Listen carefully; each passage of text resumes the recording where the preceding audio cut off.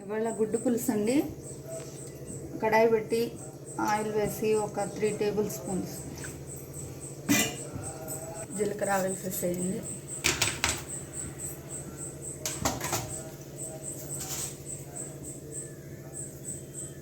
ఆవాలు కొంచెం చిటపటలా మిక్సేసి కొంచెం మెంతులండి,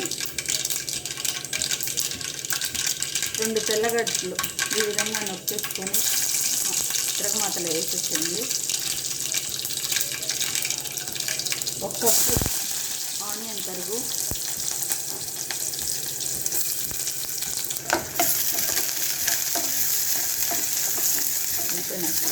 ఈ విధంగా కొంచెం ఫ్రై అయ్యాక ఒక 2 టమాటాలు పెద్దవి ఈ విధంగా తరిగేసి వేసేసేయాలండి.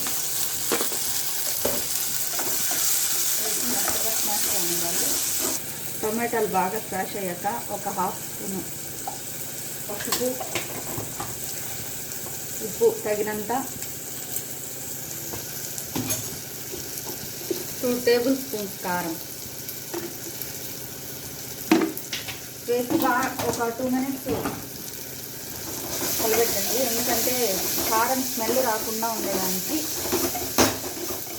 చేసి పెట్టుకున్న ఎగ్స్ వేసేసి అందులో చింతపండు పులుసు పోసేసేయండి. డైరెక్ట్ ఇట్లా పోసుకుంటేనే టేస్ట్ చింతపండు పులుసు.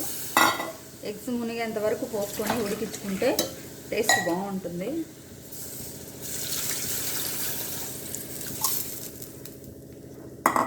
నేను ముందుగా ఒక పౌడర్ మిక్స్ చేసి పెట్టుకుంటానండి. అది 1 టేబుల్ స్పూన్ వేసేసి పులుసులో కలిపేసి ఈ విధంగా ఉడికిన తర్వాత ఆపేసుకోవడం, కొత్తిమీరతో గార్నిష్ చేసి.